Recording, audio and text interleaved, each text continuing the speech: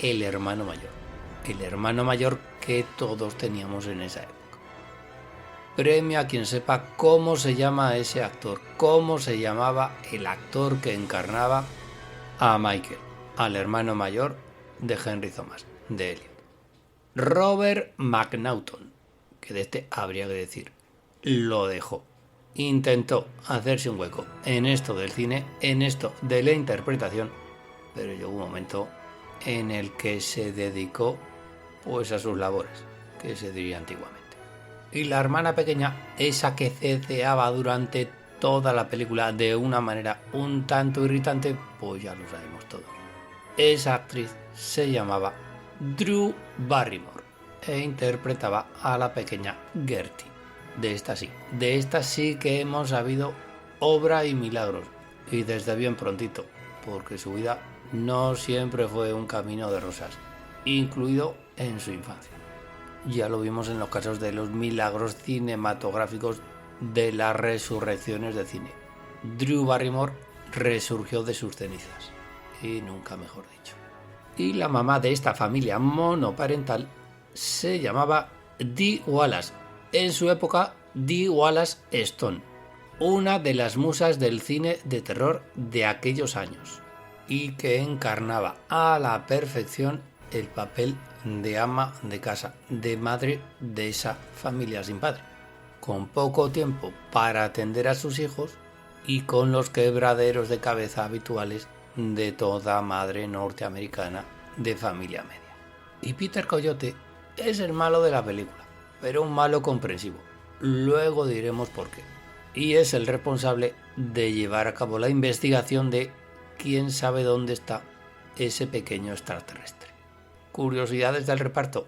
En él se encuentra Sir Thomas Howell, justo un año antes de participar en el mítico cast de Rebeldes de Francis Ford Coppola de ese año 1983.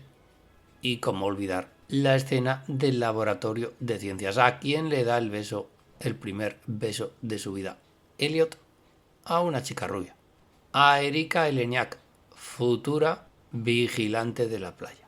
Conforman en el reparto los chicos de la pandilla que todos hemos tenido en aquellos años y la cuadrilla encargada de atrapar a E.T.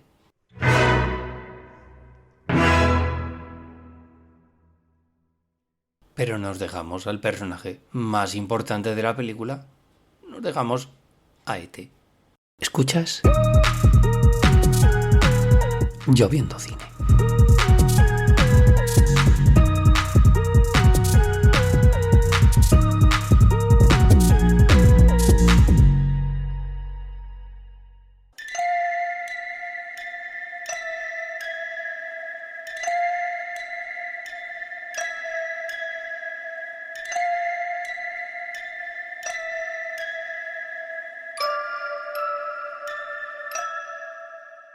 ¿Cómo nos podíamos dejar a E.T.? Sí, E.T. Y vamos por partes porque E.T. tenía amiga. Steven Spielberg quería reunir en la mirada del extraterrestre las caras de Ernest Hemingway y de Albert Einstein. Y se diseñaron 4 muñecos diferentes. El primero era electrónico y tenía 85 puntos de movimiento dispuestos por computadora. El muñequico en cuestión costó $2 millones de la época. Otro era mitad electrónico y mitad mecánico, y el tercero solo mecánico. Y el cuarto, ese sí, solo era el disfraz, una máscara. Hubo un actor que se metió en la piel, nunca mejor dicho, del alien. O más bien, tendríamos que decir varios. La voz de E.T. es de Pat Wells. Me diréis, sí, claro. Pat Wells sería un especialista en doblar personajes de películas de animación. Pues en absoluto. Nulas son las referencias de Pat Wells. ¿Cómo contactó con él Steven Spielberg? O más bien, el departamento de casting. Bueno, pues Pat Wells no era un hombre, era una mujer. Y Pat Wells era una octogenaria profesora de dicción ya jubilada. Y no solo dio voz al E.T. en inglés, sino a todos los idiomas en los que se tradujo la película, incluido el español.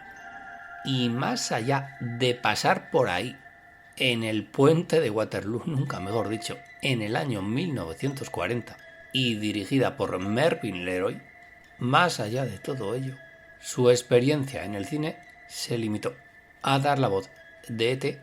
y de un personaje un año después del retorno del Jedi. Antes y después, nada más se supo de la señorita Pat Wells. Pero la señorita Pat Wells no fue quien se metió debajo del disfraz de E.T., sino que fue el actor Michael Billon, que contaba con 86 centímetros de altura y que desgraciadamente murió al año siguiente del estreno de la película. Pero no quedó ahí la cosa, sino que en una escena que bien pronto vais a recordar, en la que E.T. deambula borracho por la cocina después de haberse empachado con sus buenas cervezas, E.T. estaba siendo manejado por Matthew Merritt, un niño de 12 años que nació sin piernas, pero que se manejaba a la perfección andando con sus manos. Pero ahí no queda la cosa, sino que hubo un tercer actor en dar vida a E.T. Y ese tercer actor era también una señora, Tamara Detrow, que también contaba con menos de 1 metro de estatura y que hace de E.T. en la escena final de la misma, la cual no vamos a destripar por si todavía a estas alturas de la película alguien no la ha visto. Porque mucho Spielberg, mucho dineral, mucho efecto aún para la época, pero el extraterrestre en cuestión, aunque fuera solo en unas escenas, era una persona metida dentro de un disfraz. Pues mira, ventajas de lo artesanal, que todavía imperaba en el cine sci-fi o de efectos visuales de la época. Hoy E.T. hubiera sido, y con Spielberg el primero, carne, nunca mejor dicho, de ordenador. Y es que E.T., en efecto, acabó siendo el protagonista absoluto de la cinta. Ese extraterrestre, ese pequeño extraterrestre que nos robó a todos el corazón, incluido al de los hermanos Calatrava. Y no decimos por qué. Extraterrestre, por cierto, que tiene un clarísimo antecedente en sus primos, en los primos extraterrestres de Encuentros en la tercera fase. No diremos en qué momento aparecen los mismos. Quizá hasta andaba perdido entre ellos nuestro querido E.T. Y comentemos una retahíla de curiosidades de E.T. que van a conformar nuestra clásica sección de miscelánea.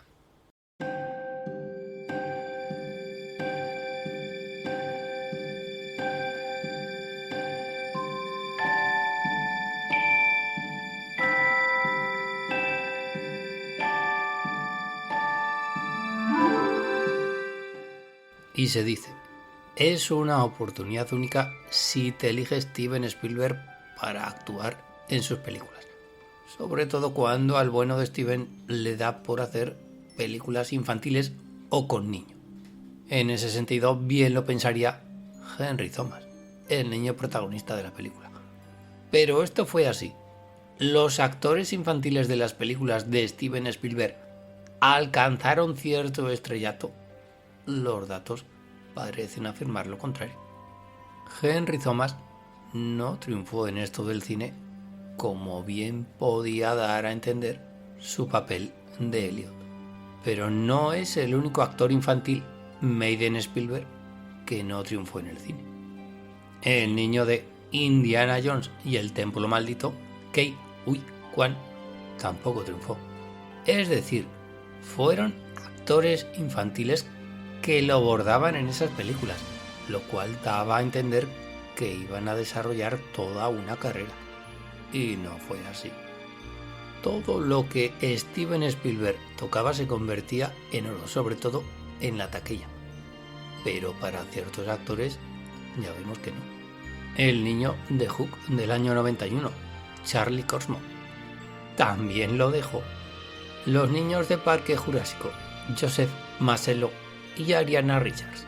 De verdad que se convertía en oro todo lo que tocaba Don Steven, la excepción que confirma la regla, el niño Christian Bale, El Imperio del Sol del año 1987. En ese sentido, Henry Thomas, nuestro pequeño Elliot, puede en esta ocasión no sentirse tan solo. Y hay un grandísimo acierto en E.T., en la película dirigida por Steven Spielberg. Como decía Pumares, no vemos la cara de ningún adulto, tan solo vemos la cara de los dos únicos adultos que creen en E.T., en la madre de Wallace y en el personaje de Peter Coyote. No veremos la cara de ningún adulto más. De esta manera nos centramos en el protagonismo de las caras de la inocencia, de los niños y de los que todavía siguen siendo niños. El personaje de Peter Coyote lleva desde los 10 años intentando dar con un extraterrestre. Por cierto, hablábamos en los programas que hemos dedicado a la figura de la A a la Z de Alfred Hitchcock del término MacGuffin. Pues en E.T. hay un clarísimo MacGuffin. ¿Cuál es ese MacGuffin? Mi casa teléfono. ¿Quién cae en la cuenta, aun teniendo todavía hoy en mente el dichoso latiguillo del alien? ¿Quién cae en la cuenta de que mi casa teléfono es un MacGuffin de tomo y lomo que nos arrastra durante gran parte de la película? Para que veáis que incluso los más grandes utilizan eso de los elementos del guión clásico. Hasta E.T. tiene su MacGuffin. Más curiosidades, más chascarrillos. El guión de la película lo iba a firmar John Sayles, el director y guionista norteamericano. Pero por aquella época estaba ya enfrascado en su siguiente proyecto cinematográfico y no lo pudo firmar. Guión que fue a parar a Melissa Mathison, a la sazón mujer de Harrison Ford, con quien Steven Spielberg estaba rodando en esos momentos En busca del arca perdida, película producida a la sazón por George Lucas, quien había dirigido ya a Harrison Ford en la Guerra de las Galaxias. En esta ocasión sí que todo quedaba en casa. Y a lo que hizo la Columbia, más que curiosidad cinematográfica, se le puede llamar metedura de pata histórica, por cuanto la mayor norteamericana se echó atrás a la hora de apoyar el proyecto de E.T. debido al fracaso comercial que en 1979 tuvo la película 1941. Así las cosas, Steven Spielberg puso en marcha el proyecto de E.T. antes del estreno de En busca del arca perdida y la Columbia dijo: me echo atrás, no quiero apoyarte, que tu última película ha sido todo un fiasco comercial.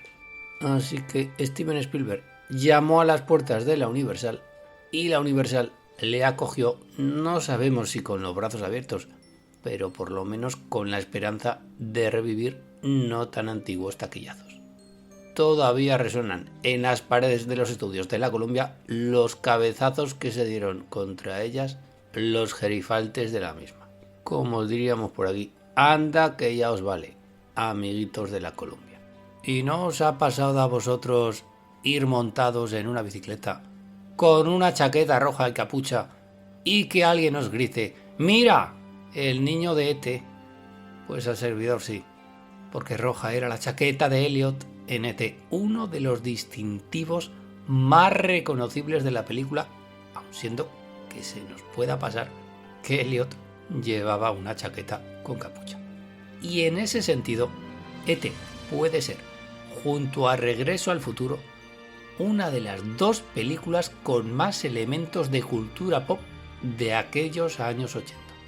¿Recordáis la reconocidísima marca de zapatillas que calza Michael J. Fox en Regreso al Futuro?